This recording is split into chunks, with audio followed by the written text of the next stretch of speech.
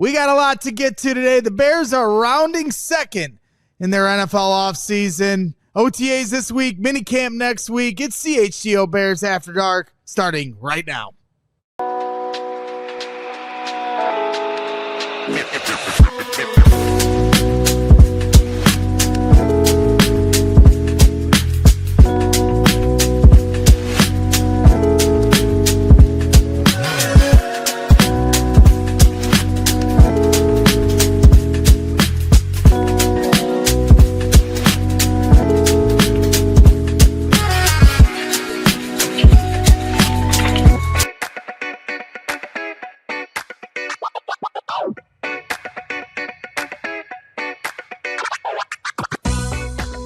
Welcome back to another edition of CHGO Bears After Dark, presented by Empire Today and, of course, Circa Sports. We appreciate both of them for their loyalty and sponsorship to the program. I am Greg Briggs, your host here as always, and alongside me is Jerry Azumah here in studio, and from his palatial estates, the one, the only El Boogie, Lance Briggs. How we doing today, fellas? Doing well. Thank you. Top of the morning, man. Top of the morning, indeed. What kind of hat you got rocking there? What is that? This right here is Basha High School Bears. All right, so it was only natural that my boys go to this high school because obviously their mascot is a bear. It seemed only right. I like it. I like it. Now, are you a linebacker coach? Yeah. Yep, coach linebackers, because obviously I'm a linebacker, ex guy, you know. That makes sense. Makes sense. You a tough coach or you soft on the kids here? You That's tough a great on question. Them? Depends on the era. If you are a guy that comes from my era, you would think I'm a pushover. From this younger era, they probably say I'm a tougher. I'm a mean cuss. So you're not the type of guy that goes around and screams at people, are you? Only if they need to be screamed at. Who do you scream? Only scream at people that deserve to be screamed at. Now, your son is on this team as well, right? Yep. Now, Yep. Do you scream at him? Yes, I scream at him. Oh, okay. Yes, I scream at him. Yep. I actually, honestly, he just walked into the cabinet. I told him that I'd get him a toothbrush, and he came in like this right here. And I said, doggone it, I forgot, son. I said, do this today, and I'll get you a toothbrush later. Well, let's get into it. Oh, my goodness. We got a lot to get into here from OTAs yesterday. Minicamp comes up next week.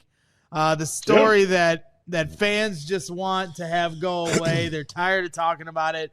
But you guys have been in the locker room, so I definitely wanted you guys to have your say and get your perspective on, what came out in terms of Caleb Williams addressing the media yesterday, talking about, what came out in this book where he gave different quotes to Seth Wickersham. His dad gave different quotes to Seth Wickersham for a book that will be coming out apparently the day after the Bears-Vikings game all the way in September. So still a long way to go to get there, but we had some different quotes come out here early on, obviously to get publicity on some pre-sales or whatever. So Lance, I'll start with you. When you hear, a guy talk about, the different things that come out in here and the way he addressed it yesterday, I'm assuming both of you watched his statement. How big of an impact for you as a teammate in the locker room when there's something like this that comes out? Last week, Kevin Byard and Tremaine Edmonds had to talk about it. So I'm just curious your perspective on how this would affect you guys in the locker room and how you would handle it as a leader in that locker room. Well, number one, it's a distraction. It's a distraction of what we're trying to do because we have to answer questions about something that we have nothing to do with. It has nothing to do really with us playing football. It's one of those things that I think most teams go through it. You whether you want to or not, it's a distraction. But I think at the end of the day, I want to be sure that you're locked in and that you want to be a part of this team and you are passionate about playing football as a Bear. because if I have any doubt that you don't want to be here or that you're not passionate about competing, or you're not somebody that I believe has the want to take us to the championship, then that's going to affect my tenure, and I'm going to be looking for an exit at some point here in the near future, in some way to get out of here and go somewhere where I feel like everybody feels the same way I do. I mean, I kind of feel like this was going to happen. I mean, the book came out and the quotes were made, and now it's time to come to the podium and talk about what has been said.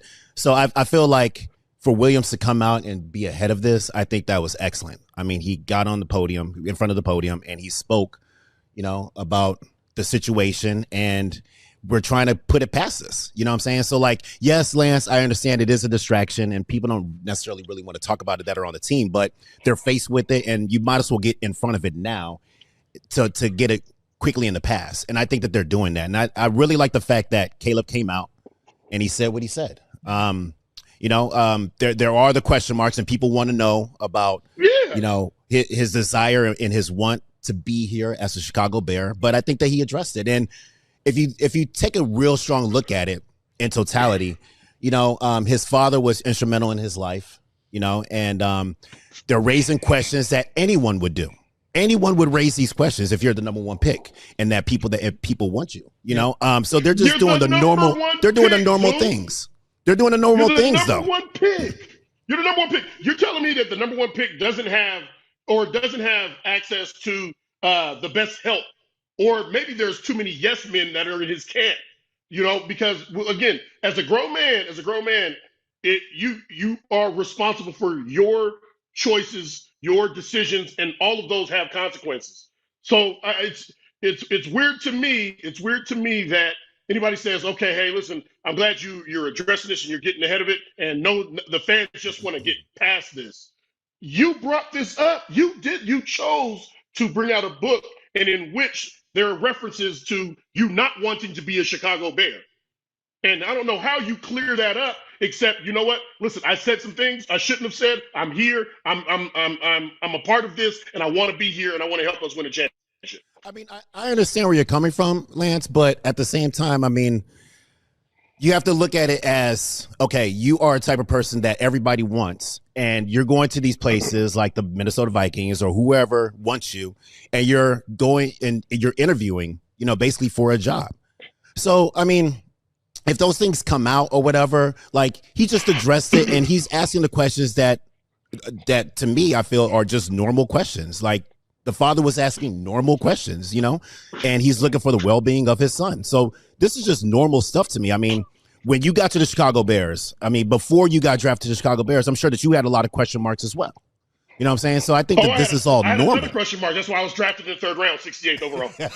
Well, Jerry certainly had questions because he thought he was going to I had a lot of questions because I thought I was going to be a running back. And then they were like, run backwards. Well, and to that point, though, Lance, it certainly as a quarterback, it sounded like some of the concerns that him and his dad expressed were the success or lack thereof with quarterbacks here in Chicago. And then the last year was Shane Waldron and Matt Eberflus, guys that got fired halfway through the year.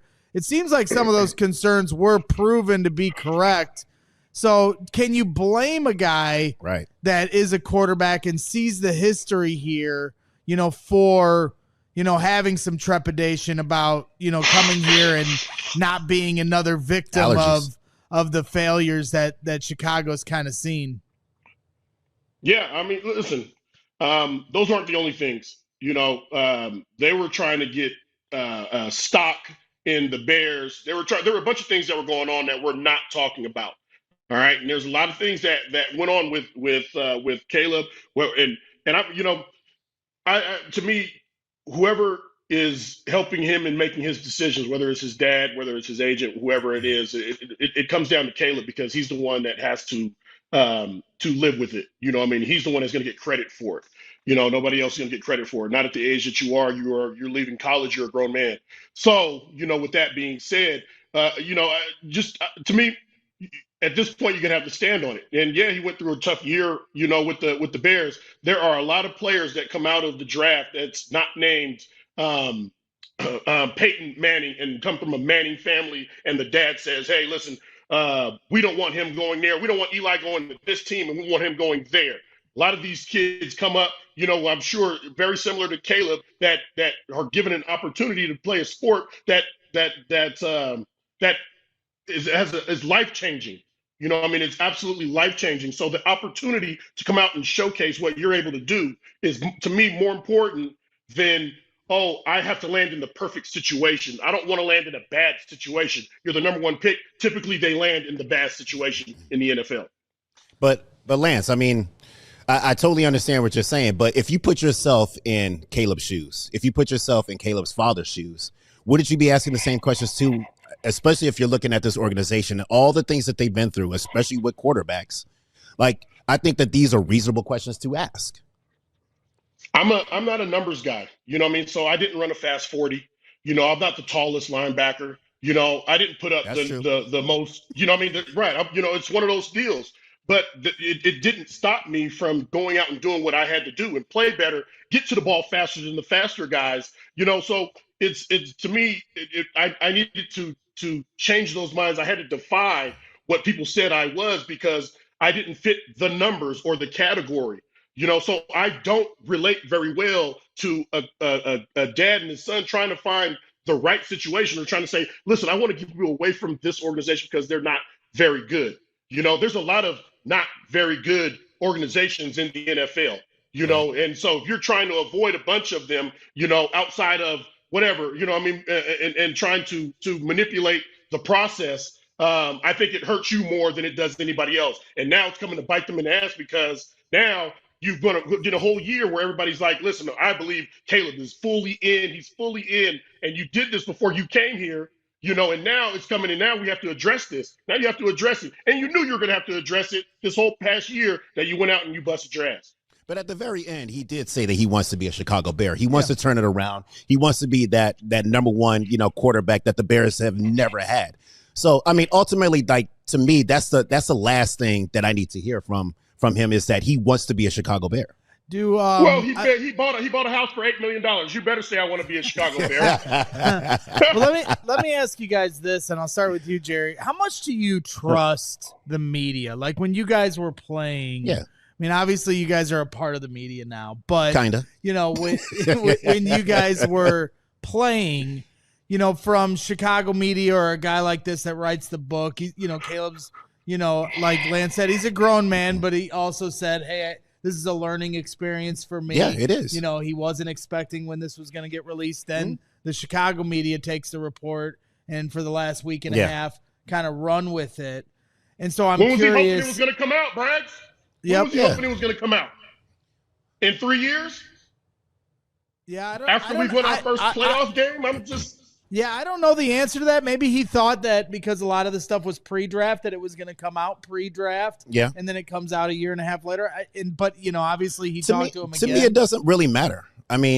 He's here now, and he already addressed it. Like, even if he said those things in the past about, kicking the tire and stuff like that, and wanting to know more about the organization and what he can actually get, I don't think there's anything wrong with that. I think anybody would kind of go through that. But, the very last thing that he said was that he wants to be a Chicago Bear. Right. He wants to turn this thing around, and he believes in the people that are basically around him. So he still feels that way. And I understand, like, the media's going to run with certain things. They're going to create their stories and their narratives, and they're going to sell papers and things like that. Did you trust them when they were in the locker room talking to you, or were you always kind of I was always apprehensive, angles? And worried about their angles. Absolutely. My main thing was just trying to get in front of any type of negative situation or negative stories that were told. So I think that what Caleb is doing now is perfectly okay. I think that him getting in front of all of this stuff and just being transparent about it is a step in the right direction to put it in the past. And we're going to address it now, but I don't think that this is something that's going to linger on and on and on. I think it's going to be over after this. How many quarterbacks write a book or get involved in writing a book before they get drafted and say that this is a team that I hope I don't go to? Like it's not. I think it's you're odd to me, focusing man. on We too just many had of the negatives. right. I mean, well, I'm just saying. Like we had a 1st-round pick quarterback a couple years ago. He didn't say any of that stuff. He came in. He tried to work. It didn't work out for him. That's fine. If it doesn't work out for you, it doesn't work out for you. You know. And I'm not saying we're not behind Caleb because he is here. And we are going to have to end up moving on. And I hope it does. We are successful behind him. However, like who does that? Like don't do that. Like do you you know feel what I like mean? Caleb wants He to be here? definitely gonna. What's that? Do you feel like Caleb definitely wants to be here? Based off of the way he played last year, absolutely. But he made a dumb decision. That was still a dumb decision. So when we at least call that out, like don't be a dummy anymore. Let's be smart. Let's move forward. Shoot. Well, and I think he acknowledged that yesterday, like I said, where he said this is a learning experience. Mm-hmm. You know, Lance, just to kind of put a bow on this, I asked Jerry, and I'm curious your perspective dealing with the media here in Chicago, you know, and the way they'd write articles or cover you guys or cover yourself personally. Did you ever have any issues with the way you were covered here in Chicago or with the way you were asked questions in the locker room at the podium? You know, I'm just curious your perspective on that. Yeah, I mean, there's always been some issues. There's always been some issues, but you also have to know what media market you're in. This is an aggressive media market. They're listening to everything that you're saying. I was real loose, I think, with the media and how I handled the media. I handled them with a lot of humor most of the time. So there were times where I would say something.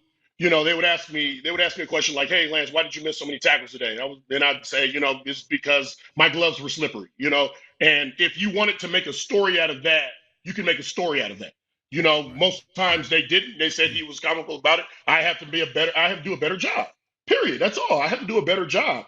There were some things that were said in my personal life that were references about, my lies about my mother. That was the one time where I was really upset with the media. Outside of that, I expected what I knew what to expect. And I knew if I said something in the media, I knew I knew the reaction, or I knew what the consequence of it was. You're at the point now, and Caleb, he went to USC, so the LA is an aggressive, just as aggressive as Chicago is as far as the media market. So it's not like it's a surprise that you're coming here and you're sitting down with a beat writer and you're creating a book and something that you're going to get pushback from. But like you just said, I mean, there's things that you had to learn too with the media when you got here. And that's the same thing with Caleb. I mean, he's a rookie. This is his first. Yes, last year was his first year. So he had to go through that wave and go through that learning experience. And I think that he's done that. I actually think that he does a really good job at the podium when he's presenting himself. I really do think that. I think that he's learned a lot. And I think that over time, the short period of time, he's gotten better and better at the podium. Would you have felt, because I thought it was pretty condescending yesterday when he was asked, "Does your dad speak for you?" When you heard Great that, question. What's that, Lance? It's a great question. It's a great question. I mean, I think his father is instrumental in his life. You can't divert blame, absolutely, but you can't divert blame. You can't divert blame for something you're going to be blamed for. Well, you can, but you're still going to get credit for it. So at some point when you say, I'm learning, okay, well, are you going to do what's best for your father or your mother or your cousin or your brother or your sister? Or are you going to do what you believe is best for you? But I mean, like I said, it's all a learning process. It's all brand new to them. And I think that they've kind of got together and did things together. Yep. But now I think in his second year, we'll start to see a little bit of a change. I think that his father will probably fall back a little bit. I think that he'll come forward and start to, do the things that he necessarily has to do to move forward. And I think we'll see something like that. So did his father play in the league? I don't believe so. No, I don't think so. No. Okay, he didn't play. Okay, all right, because this is part of that process. This is all part of that process. Even me. So when I was choosing what college I was going to go to, my mom was a heavy influence on where I was going to go. And so my mom she had only played as high as junior college. And so she went through a process with my older sister. Both my older sisters going to college and playing volleyball, and they went on to great colleges at excuse me, at Arizona, Fresno and South Florida, but when it comes to some of these processes, parents that have not been there, they're going through it just like you're going through it, and they're experiencing it just as you're experiencing it. Right. So when he says, like, listen, my father taught me this, or my father said that, or my father, this and that, or whomever, my uncle told me this. Your uncle never ever played in the NFL. How does he know this process and how this thing works?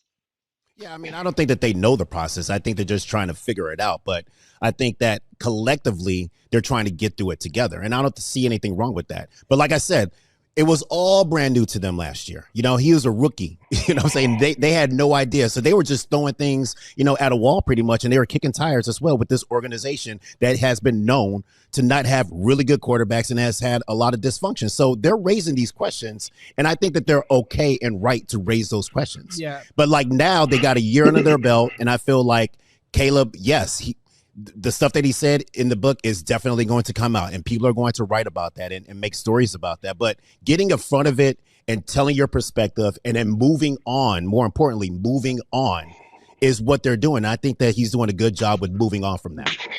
Yep. I didn't hear Trevor Lawrence one time say, listen, I don't want to go to Jacksonville. I'm just saying, I don't want to go to Jacksonville. I don't want to go to Jacksonville because they are not known for having great quarterbacks. That's where quarterbacks go to their grave. The players that go there, they go there and they really say all of that bad stuff about the Chicago Bears. All I'm saying is this: like Jalen Ramsey got drafted to the Jacksonville Jaguars, and you know what he did? He went up there. He was part of a great defensive unit. Then they took Jacksonville to the AFC Championship. That's what you're supposed to. When you're the number one pick, you're going to the worst teams typically. It just so happened that the Bears situation, he wasn't in the worst personnel situation with the Bears. And yes, their history says what it is, but that's what happens when you're the number one pick. You typically go to the worst teams, not the best. Well, I know fans want to move on from it, but I certainly wanted to give you guys the avenue to talk about this, certainly from a perspective of guys that have been in that locker room and have, gone through some different controversies and have dealt with the Chicago media and national media at that as well. So, I think this is something that now, we can close the book on. Yes. No pun intended. Yes. And start winning. And start to look forward and getting closer and closer under 100 days to the NFL season. That's right. So excited to get there. We're going to take a quick time out, and we're going to talk about some other things that I wanted to get into that actually were football related in terms of some of the stuff that Caleb talked about yesterday. But first, I want to take a quick shout out for our guys over at Circa Sports. Whatever the sport, the app to bet the app to bet is Circa Sports Illinois. Circa Sports, it's sports betting the way it should be. Circa Sports Illinois has high betting limits, low holds, and exceptional customer service. Bet on all your favorite teams in every game this season. Spreads, props, futures, or in-game, Circa Sports has it. Fund and bet like a pro from anywhere, anytime in Illinois. Obviously, it's baseball season. The Cubbies are absolutely rolling. I think they're 14 games over 500. You might want to start putting your futures bet on the Cubs making the playoffs. Don't shake your head, Jerry. Don't do it. It's gonna happen, and it would be the first team to make the playoffs since we've started covering sports here in Chicago for CHGO. Don't do it. We're really rooting for them to get this done for us. But download your new bookie today at circasports.com. Must be 21 or older. Gambling problem? Call 1-800-GAMBLER. That's Circa Sports. We love those guys. And, of course, want to give a shout-out to our guys over at Empire Today. Just like your favorite team needs a home field advantage, your team needs a home floor advantage, and Empire Today can help you get it. Empire Today has flooring experts, dedicated flooring professionals who focus on flooring every single day. We've all been to those big box stores. You wander endlessly around the aisles, then somehow you're hauling all these materials home, looking for an installer and coordinating everything yourself. Those big box stores might have a flooring department, but the person helping you may have been coaching youth football, before that. You never know. And so you got to be careful because, it's all about experience. And that's what Empire Today has. They live and breathe flooring, and they will be with you every step of the way. It's just a whole different ball game with Empire Today. And pick the right flooring and the right colors for your space. See how it looks with your furniture in your house, and get precise measurements taken and have all your questions answered with Empire Today, who gives you clear and upfront and all-inclusive pricing. Plus, you can schedule installation as soon as the next day. So once again, schedule a free in-home estimate today, because some things are just better at home. CHGO listeners can receive a $350 discount when using the promo code CHGO. Yes, you heard that right. A $350 discount with code CHGO. Restrictions apply. Visit empiretoday.com/CHGO for full details. All right, rolling things along here on CHGO Bears After Dark with Lance Briggs and Jerry Azumah. Please hit that like button while you're hanging out. One of the big things that I wanted to get into, that was one of the things that Caleb Williams talked about, that was something that actually had to do with the play on the field and the success of the Bears moving forward and the success of Caleb Williams moving forward, was watching film. I'm curious about, because it came out like, did the coaches help enough to watch film? How much does Caleb need to learn to get better at watching film? And so and he answered some of those questions and said, he's learned a lot more with, pre-snap protections, or as he called them, PSPs, and some of the different, responsibilities you have at the line of scrimmage. So I'm curious, and I'll start with you, Jerry, just how hard, when did you start to figure out how to watch film and apply it to what you were doing on the field? For me, it was very, very difficult. And it was very different too, because like I said, I was a running back and I was on the offensive side of the ball. And then being able to switch that view and look at it from a defensive perspective, at the highest level possible was difficult at first. So obviously we watch film as a defensive unit, and then we break down and we watch film as a defensive back unit. And I thought that was really important. What was harder, watching film on offense or watching film on defense? I guess for you, just because you were defense was harder because I've never done that before, so just the fact that I've just had no experience watching film on the defensive aspect of it was difficult. So I had to learn. And the way that I learned was through obviously the coaches. So I went to the coach and I said, Coach, and he knew too. He was Vance Bedford. He coached me extremely hard, but he knew that he had to get me up to speed. And I knew that I would have to get coached hard as well. And I'd go through get dragged through the mud in order to get caught up to speed. So he was very instrumental. Obviously, the guys that were on the team that were in my position room were very instrumental in me watching film. And then people like Lance, we would watch film together as a defensive unit as well. So we were always watching film. You know what I'm saying? So you always knew exactly, I guess, what to look for. But in terms of the specifics, you would go to the position coach, you would go to your unit. And I watched film with Lance because I was a nickelback, which is essentially a linebacker. So I need to know exactly what he's doing, and he needs to know what I'm doing. We could be on the same page. But for me, people like Lance made it easy for me. You know what I'm saying? Because I could look at Lance, and we've watched enough film together where we just had that rapport where I could look at him and we can instantly be on the same page. We could identify what was happening in front of us, and then look at each other, and we would know instantly our responsibilities and the positives and strengths and weaknesses of the coverages that we were in.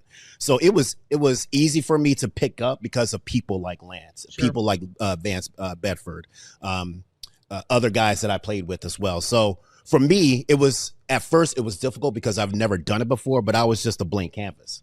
I didn't really know, but I had really strong teachers, including the guys that I played with, that actually taught me, and then I could just kind of run from there. And then throughout time, I started to realize, okay, certain situations are going to happen in the NFL. So I need to kind of break this film down into situational football.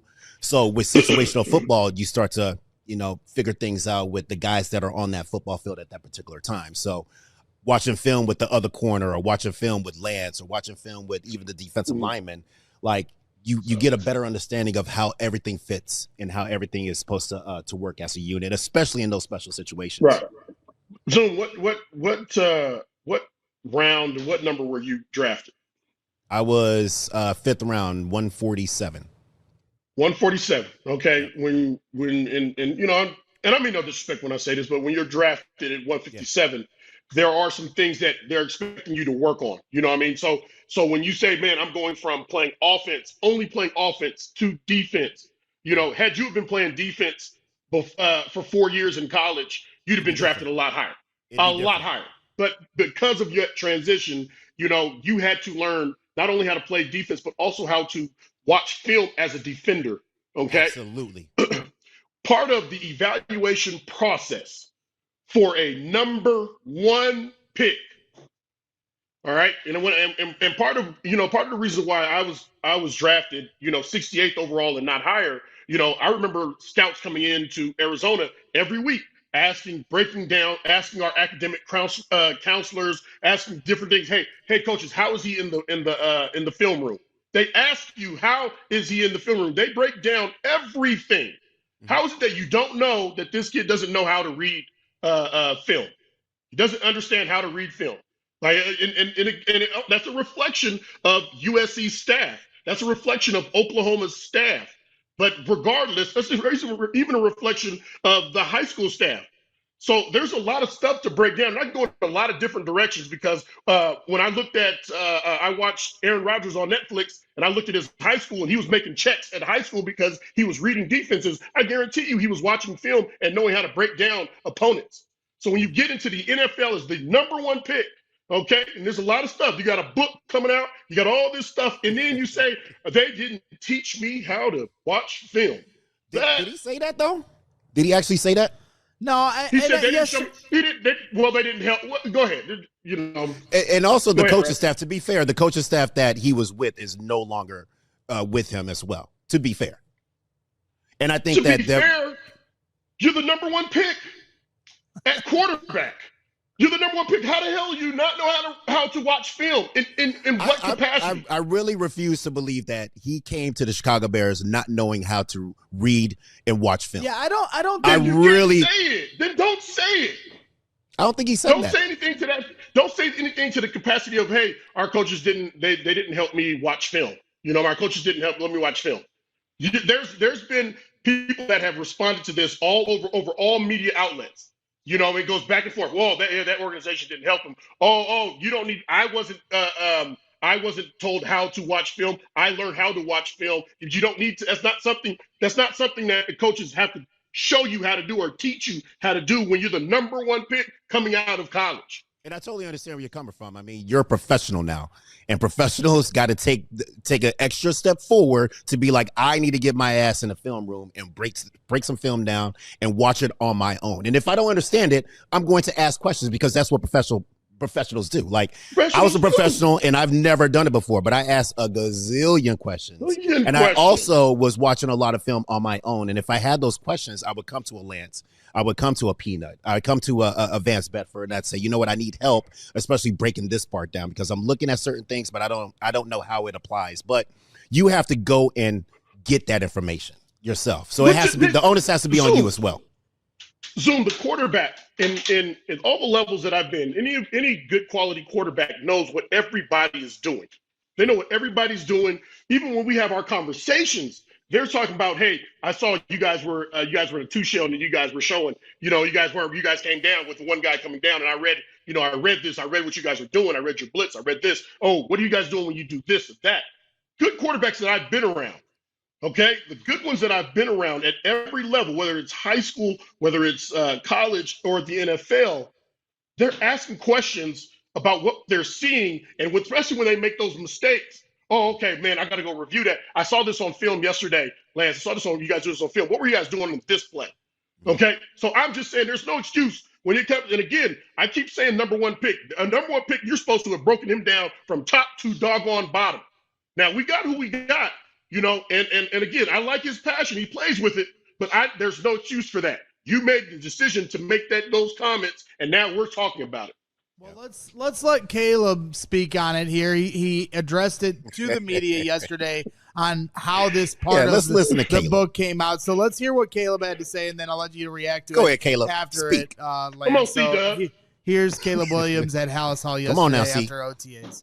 That was a funny one that came out. It wasn't that I didn't know how to watch film. It was more or less the sense of learning shortcuts in the sense of, or not learning shortcuts, but learning ways to watch film and be more efficient, learning ways to, pick up things better. And so that was a funny one that came out, that in context and how I was trying to, portray it, didn't get portrayed that way. So it wasn't that I didn't know how to watch film. It was trying to figure out the best ways and more efficient ways so I can watch more film, I can gather more information, so that when I do go out there on game day, that it's, I'm that information that I gathered through Monday when we got back, all the way up to, whatever day the game day is.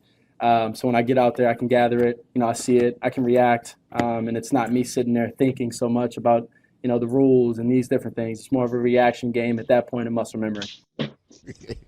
Go ahead, Lance. Go ahead, Lance. Now that you've had so much time to think about your answer, probably be prepped, and everybody tell you, hey, listen, this is how we're going to clean this up. All right, you give this answer. I mean, listen, he said what he said. All right, you said what he said, and you're not going to get a second chance to say that first for a first time, and that's what he said. All right, so I'm glad that at least he says he knows how to watch film. All right. But I just want to know how to do some shortcuts. Every word that he says will get critiqued in Chicago and in the NFL media. Like, that's just what it is. I think that he's learning a very valuable lesson, that everything that he says will get critiqued. Yes. Everything. Yeah, so I think that he's going to tread a little lighter, not say too much. All right. And try to give the right answers. All right, Lance, be his teammate in the locker room. You should be in the Hall of Fame. You hear your rookie, now second-year quarterback, the number one pick, talking about how he needed to figure out how to be more efficient watching film starting on Monday and leading to game day. What are you telling Caleb Williams to help elevate your teammate to be the best he can be? Probably the first thing I'm going to say is, you don't know how to watch film, man? Caleb, you don't know how to watch film? Come here. He's talking about he don't know how to watch film. On TV. Yeah, come on. I'll show you how to watch film. I'm from a linebacker standpoint. I'm going to show you how to watch film, all right? Listen, you know what you have to do. You know what you have to do. You know what I mean? You need to be careful of what you say on TV, all right? I said, because now you're going to have to answer for the stuff that you said.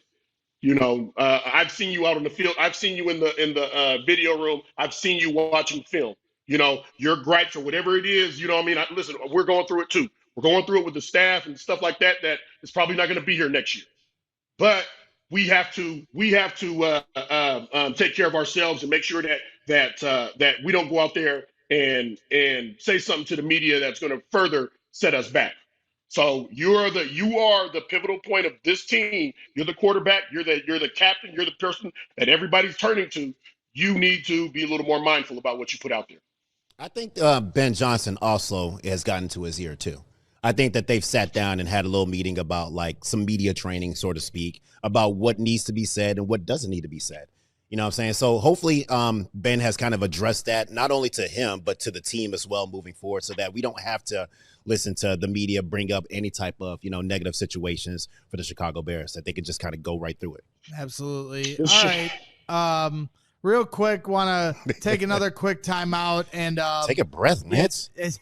Now that we got, I can't breathe. I have my allergies. I can't breathe out of my nose. Golly. Jeez, how much pollen can you possibly have in Arizona? I mean, what the heck? You're allergic to cactus? How about you move back to Chicago? I'm in Heber, Arizona. The pollens are up like 60%. So I'm sorry, guys. I'm trying. You need like a daily or something, like a daily pump in the nose or something. To the desert. Well, I'm going to see a doctor. Yeah, they're gonna remove my entire nose. Thanks. You gotta watch film on that. Yeah, watch some film on it.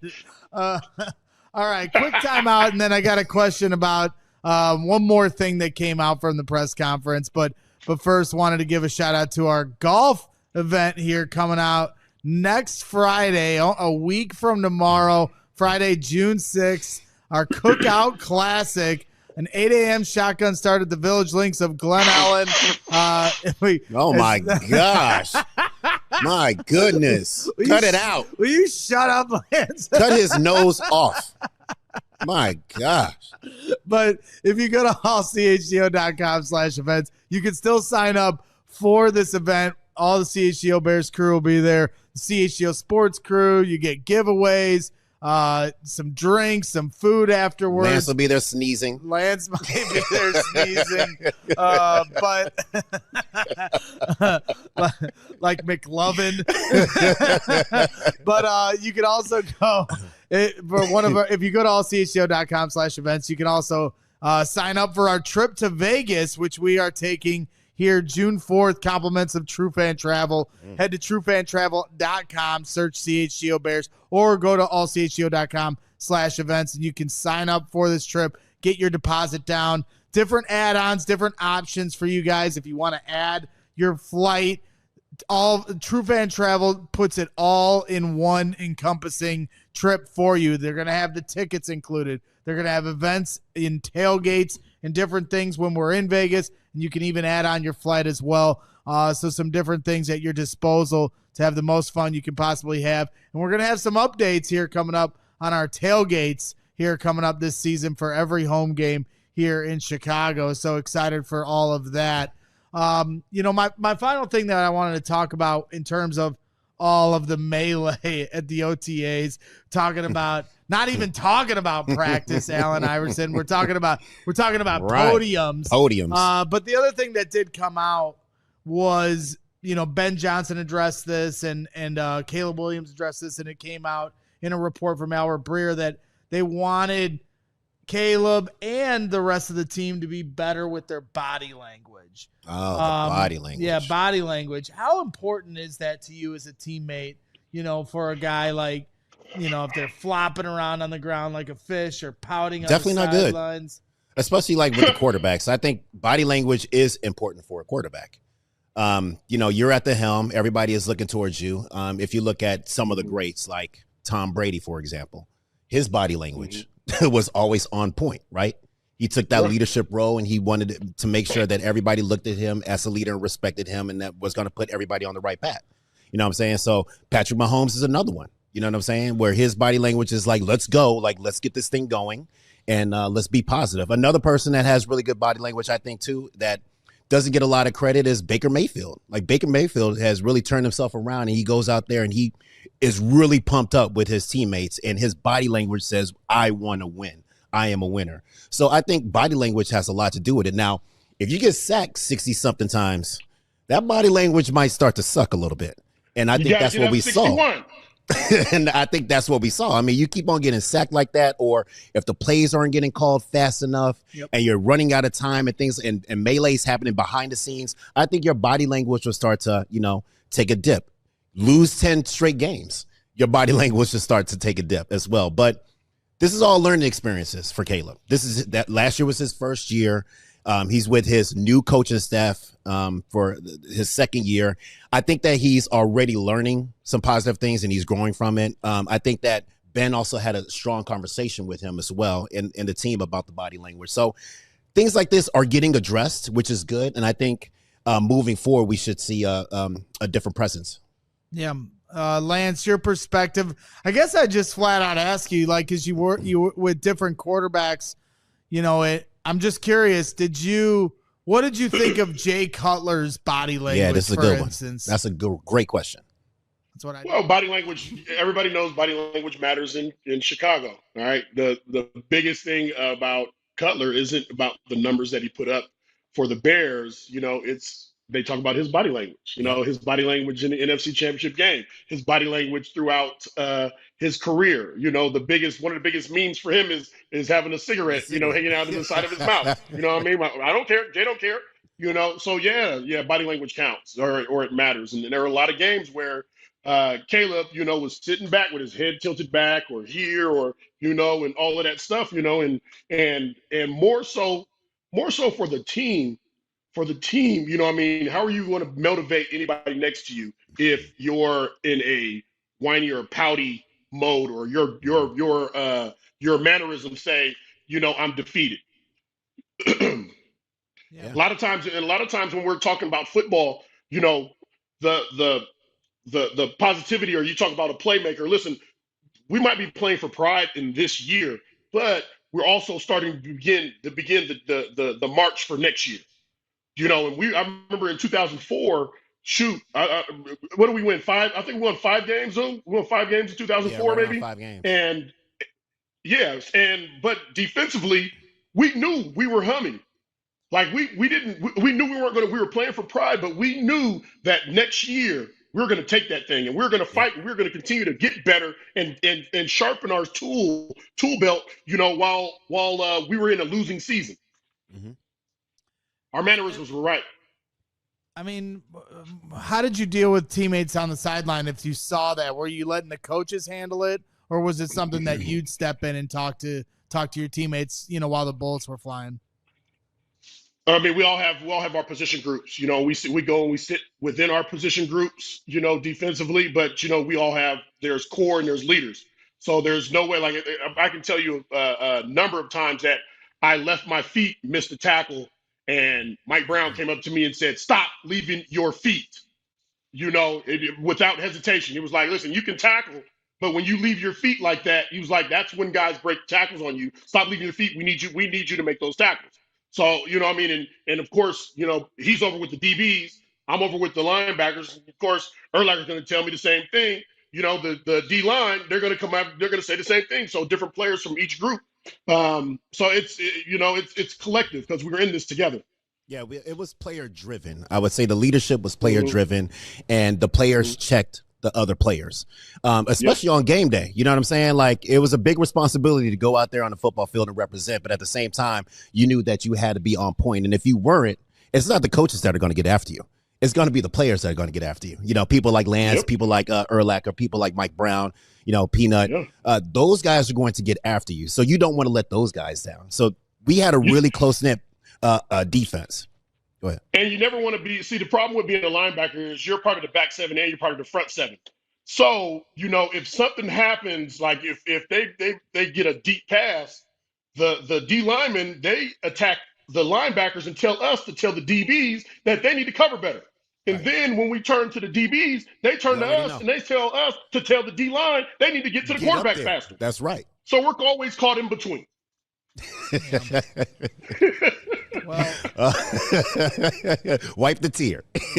Well, I know I'm going to have good body language at the golf outing next week, you know, because we all understand the pro here, that the gravity of the situation, right? Exactly. You realize I'm going for the repeat, right? Well, I mean, if you get out of the sand bunker. Well, I got 3 other people to do it for me. But honestly, on the defensive side, I don't feel like we had any guys that had bad body language. Like, bad things would happen, and that's just a part of just the NFL, and that's a part of just playing defense. But at the same time, we were more about making the next play. That's what our defense was all about. Our defense was all about, okay, who has next? Who's going to be the next person? Yeah, some bad stuff happened, but that's all right. It's all about the next play. So we had fast, like, quick memory, and we did not dwell on the past, and we always focused on the future and the things that we could control and the things that we can impact immediately. And that's probably why we were so good, is because, one, we had veteran leadership that checked us. You know, sometimes we'd tell the coaches, we got this. You know what I'm saying? We got this. I'll talk to him. I got this. So we had that, and at the same time, we want to be the next person to go out there and make a big time play. Woo, well said. Shoot. Do you think DBs celebrate their tackles more than anyone on the field? I mean, we celebrate everything. We celebrate everything. You drop a ball, we will celebrate. Okay? Because our presence was around, and you drop that ball in our presence, we're going to celebrate that. Yeah, that's just what it is. You'll see this team, you know, they do the no-fly zone, and they get a drop. They let the guy wide open. He drops it. Yeah. No fly zone. Yeah, there's been times where I've kind of made the tackle, but kind of missed it, and then Lance comes and cleans it up, and I'm like, yeah. You saw that tackle, Lance? And Lance is like, I got half of that. I got half of that tackle. Is that linebackers celebrate in a different way? You know what I mean? Ours is from the hit. We know when you felt the hit. So for us, when we pop somebody and we hear that, you know what I mean? They fall. Oh, yeah. You felt that, huh? Oh, man. That's funny.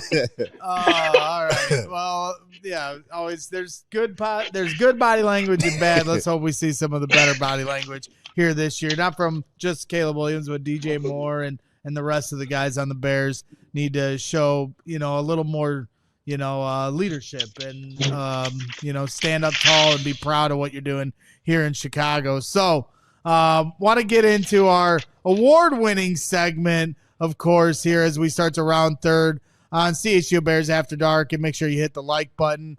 And we'll move over to The Bets. The Bets presented by, of course, that's right, presented by our friends over at Circa Sportsbook. This is The Bets. We're breaking down our picks from around the NFL, and we're getting our lines from Circa Sports Illinois.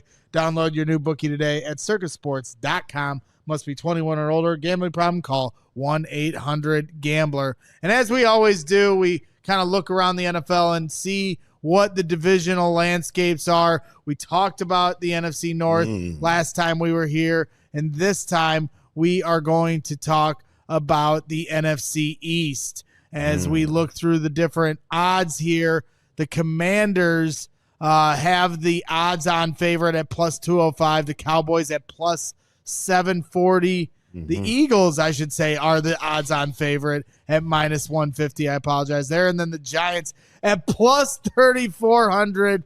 I think most people aren't putting their money on the Giants. Nope. So, Jerry, where are you sitting at with this? The Commanders, at plus 205 with Jaden Daniels in his second year. Yeah, or you got the defending champs.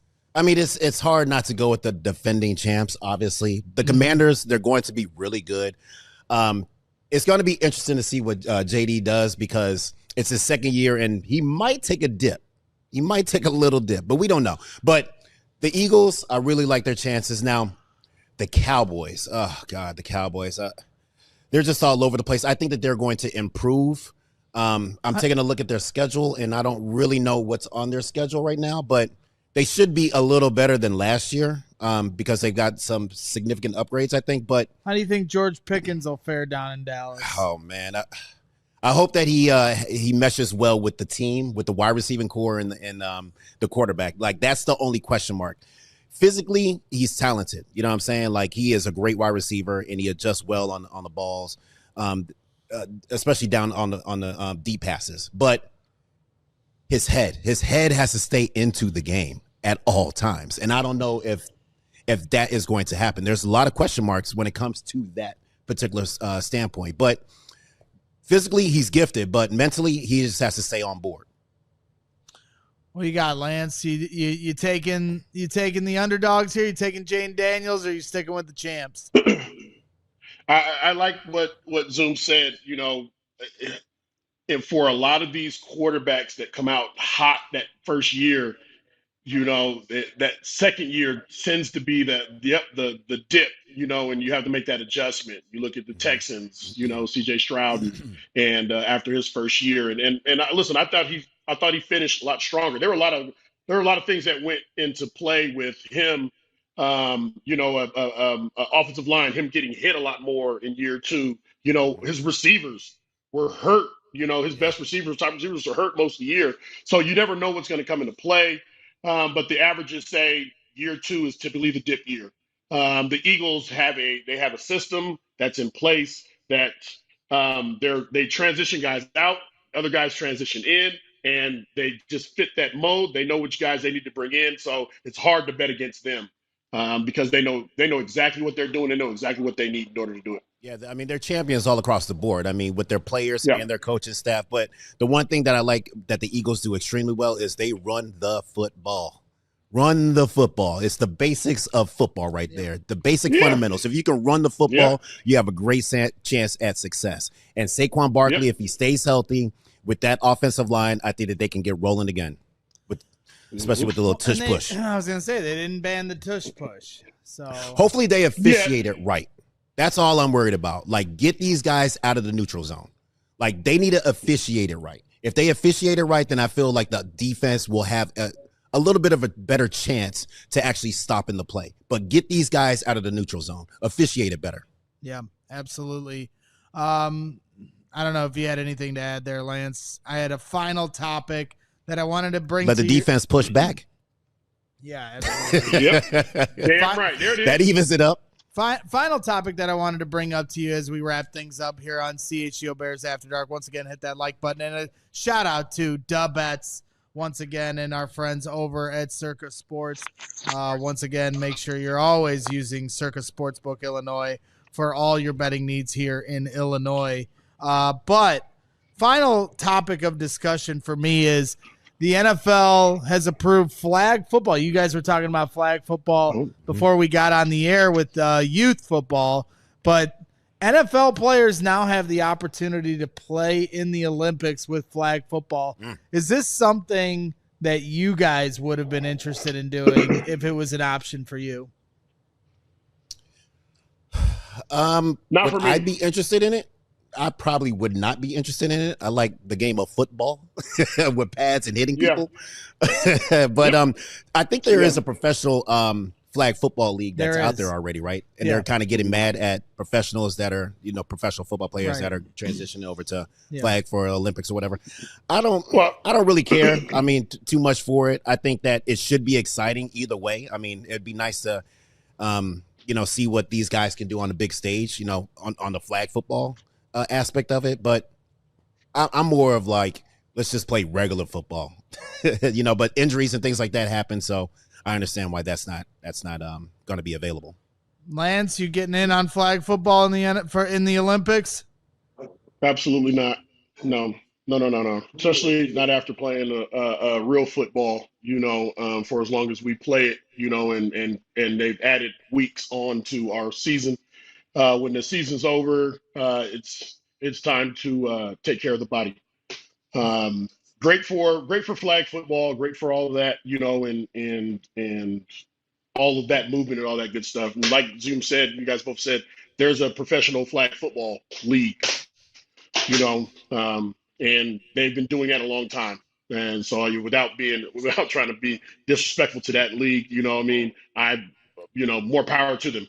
Go out there and win a gold for the country. Well, that was my thing. It's like, I get where you guys come from.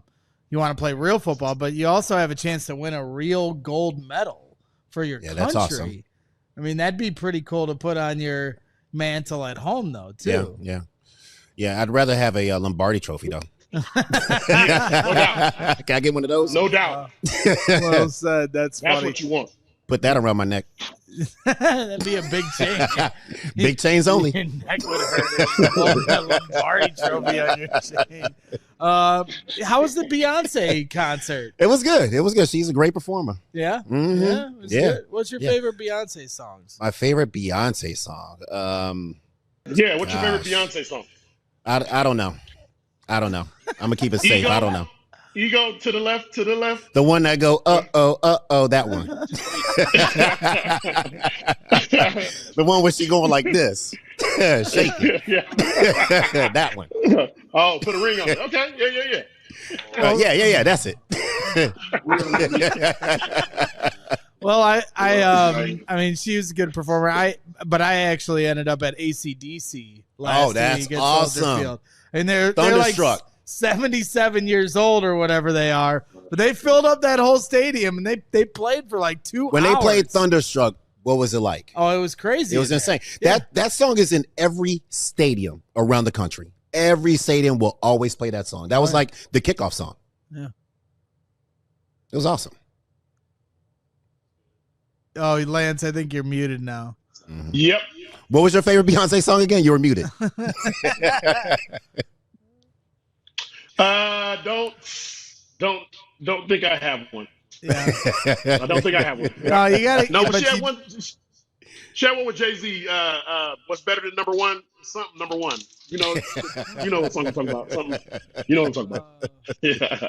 No, I don't. We had some other topics that we didn't get to today, but we'll push some of those. We'll kick that can down the road for the next show. But before we go, I want to give a quick reminder to all of you for the start of your summer. We have a limited time offer. It ends today. So if you're watching the show here tonight here at 6 p.m. Central here in Chicago, you have for the rest of the day to sign up to become a diehard. Intro offer at $36. If you go to allchgo.com/diehard, you can hurry in and sign up, and go. you get a free shirt right out the gate. You can get all the discounts for upcoming events like we just talked about, golf outings and everything in between, tailgates. So there's a lot at your disposal, exclusive written content from Adam Hogue and Mark Carmen over here, hanging out around our awesome studio here in Chicago. So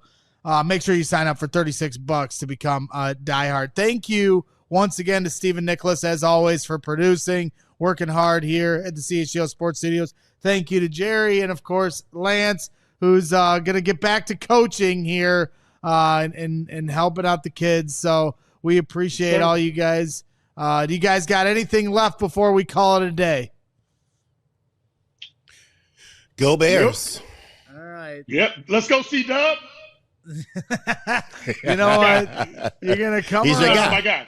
That's your guy. Don't say it like that, Lance, all right? We're not doing this year. He's going to be good for us. I can promise you. Right. I've never been wrong before. It's going to be a great year for the Bears. So that wraps things up. Thanks again to everybody for tuning in. Please hit that like button while you're hanging out. So for Lance Briggs and Jerry Azumah, make sure you keep your head up and always bear down. We all silly like the mayor.